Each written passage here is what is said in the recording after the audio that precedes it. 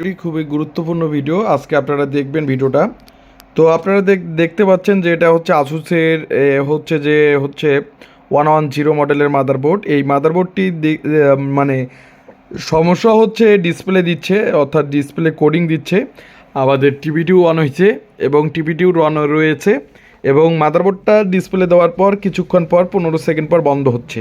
কেন বন্ধ হচ্ছে সেটা নিয়ে আজকে আমি বিস্তারিত আলোচনা করব।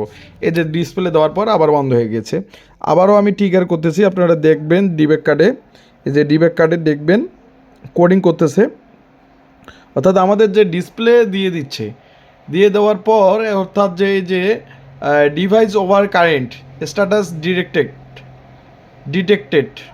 তো এখানে দেখতে পাচ্ছেন যে যে প্রবলেমটা দিচ্ছে ওভার কারেন্টের একটা মেসেজ দিচ্ছে, আবার 15 সেকেন্ড পর কিন্তু বন্ধ হয়ে যাচ্ছে। এই ধরনের সমস্যা সচরাচর হয়ে থাকে। তো অনেকে আমাকে বলতে থাকেন যে এই ধরনের সমস্যাগুলো সলভ করবেন, এবং আমরা এই ধরনের কাজগুলো সচরাচর করে থাকি। তো বোর্ডটা অন্য জায়গায়ও দেওয়ার পরে কিন্তু সলভ না হওয়ার কারণে আমাদের ল্যাবে আবারও পাঠায়। তো আমি এই বোর্ডটা আবারও সার্ভিসিং করব। তো মূলত আবারও অন করতেছি, আপনাদেরকে আবারও দেখাচ্ছি যে কোডিংটা আপনারা দেখবেন, একটু ভালো করে কোডিংটা দেখেন। এই যে কোডিংটা কিন্তু ডিসপ্লেও দিয়ে দিচ্ছে, আবার 15 সেকেন্ড পর কিন্তু বন্ধ হয়ে যাচ্ছে। এই যে মেসেজটা আপনার যখন আসতেছে, এটা প্রায় সময় আসুস বা এমএসআই যারা বোর্ড ইউজ করেন তাদের এই ধরনের সমস্যাটা হয়ে থাকে। তো আসলে এই মাদারবোর্ডের সমস্যাটা সলভ হয়, মানে প্রবলেম হয় কেন?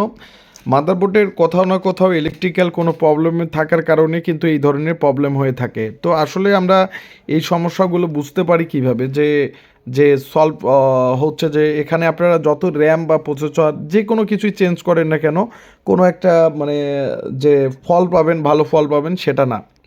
তো এই যে বন্ধ হয়ে যাচ্ছে, ফির আবার যখন এই ধরনের প্রবলেমটা কিন্তু থাকবেই, যতই আপনারা র্যাম বা প্রসেসর চেঞ্জ করেন না কেন, এই ধরনের প্রবলেমগুলো থাকবে। আসলে আমাদের যে মাদারবোর্ডের ইলেকট্রিক্যাল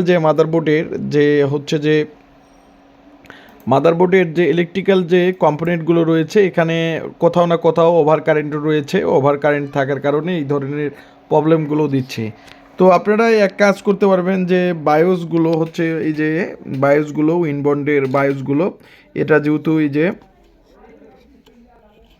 যে বায়োসগুলো আপনারা ফ্লাশ করবেন। আমরা এই মাদারবোর্ডের বায়োস আইসিটি আমরা তুলে নেওয়ার পর ফ্লাশ করব, এবং ফ্লাশ করে আমাদের ইলেকট্রিক্যাল যে প্রবলেমগুলো সেগুলো আমরা ডায়াগ্রামের মাধ্যমে দেখব এবং আমরা চেঞ্জ করব। তো এই ধরনের কাজগুলো আমরা সচরাচর করে থাকি। তো যারা ডেস্কটপ এবং ল্যাপটপ মাদারবোর্ডের কাজগুলো করতে যাচ্ছেন, অবশ্যই স্ক্রিনে থাকা নাম্বারে অবশ্যই ফোন করবেন। তো আমি আইসিটি খুলে নেব। এই যে আমি আইসিটি খুলে নিলাম। খুলে নেওয়ার পরে আগে প্রথমত এর পরিবর্তিতে একটা নতুন একটা আইসি বা আপনারা ফ্ল্যাশ করেও দিতে পারেন। তো প্রোগ্রামটা আবার ফ্ল্যাশ করবেন। ফ্ল্যাশ করার পরে আবার নতুন করে যদি না হয়, সেক্ষেত্রে ইলেকট্রিক্যাল কোনো প্রবলেম দেখবেন। ইলেকট্রিক্যাল প্রবলেমের কারণে হয়ে থাকে। তো যারা আমাদের নিয়মিত ভিডিওগুলো দেখেন, অবশ্যই ভিডিওগুলো শেয়ার করবেন। আমি মাদারবোর্ডটির আইসিটি লাগাই দিছি এবং আইসিটিও লাগাই দিলাম। আপনারা দেখতে পাচ্ছেন যে আইসিটি আমি সুন্দর করে লাগাই দিছি। এছাড়া যে আমাদের মাদারবোর্ডের ইলেকট্রিক্যাল প্রবলেম থাকার কারণে, আইসি এবং ইলেকট্রিক্যাল কোনো কম্পোনেন্টের প্রবলেম থাকার কারণে এই ধরনের প্রবলেমটা দিছে। এখন আমি পুরো মাদারবোর্ডটা এখন চেক দেব। যেহেতু আইসিটি লাগাইলাম, এখন আমাকে চেক দিতে হবে। এই ধরনের কাজগুলো আমাদের ল্যাবেই শুধু করে থাকে। আপনার কোডিং করতেছে, এখন দেখতে পাচ্ছেন। এই যে আবার দেখব যে মেসেজটা আসে কি না। তো এখন কিন্তু যে আমাদের যে মেসেজটা, অর্থাৎ বোর্ড কিন্তু চালু আছে। এই যে এখন কিন্তু মেসেজটা চেঞ্জ হয়ে গেছে। অর্থাৎ যে মাদারবোর্ডটার যে আগে মেসেজ দিত, যে ওভার কারেন্ট যে এই ধরনের মেসেজ দিত, সেটা কিন্তু এখন চেঞ্জ হয়ে গেছে। তো পুরো মাদারবোর্ডটা ওকে।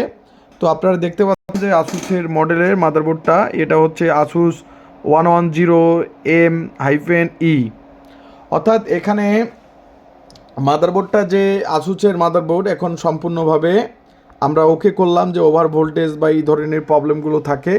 তো আমি ডায়াগ্রাম দেখে দেখে আমাদের যে নকশা দেখে দেখে কাজগুলো করে থাকি। তো আমাদের ইলেকট্রিক্যাল যে কোনো প্রবলেম হোক না কেন, আইসির প্রবলেম হোক বা ইলেকট্রিক্যাল কোনো কম্পোনেন্টের প্রবলেম হোক, আমরা এটা ক্ষুদ্রভাবে সূক্ষ্মভাবে আমরা খুঁজে বের করে আমরা এই ধরনের কাজগুলো সলভ করে থাকি। তো ওভার কারেন্টের মেসেজের এই ধরনের প্রবলেমটা খুবই বেশি হয়ে থাকে। তো অবশ্যই আপনারা অবশ্যই আমাদের ভিডিওটা শেয়ার করবেন এবং বাংলাদেশের যে কোনো প্রান্ত থেকে আপনারা এই মানে মাদারবোর্ডের প্রবলেমটা আপনারা প্রবলেমের জন্য আপনারা যারা কুরিয়ার করে পাঠিয়ে দিতে যাচ্ছেন অবশ্যই কুরিয়ার করে পাঠিয়ে দিতে পারেন।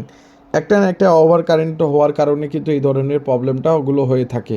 তো এই যে সলভ করলাম, তো অবশ্যই ভিডিওটা শেয়ার করে দিবেন। আর ধন্যবাদ সবাইকে।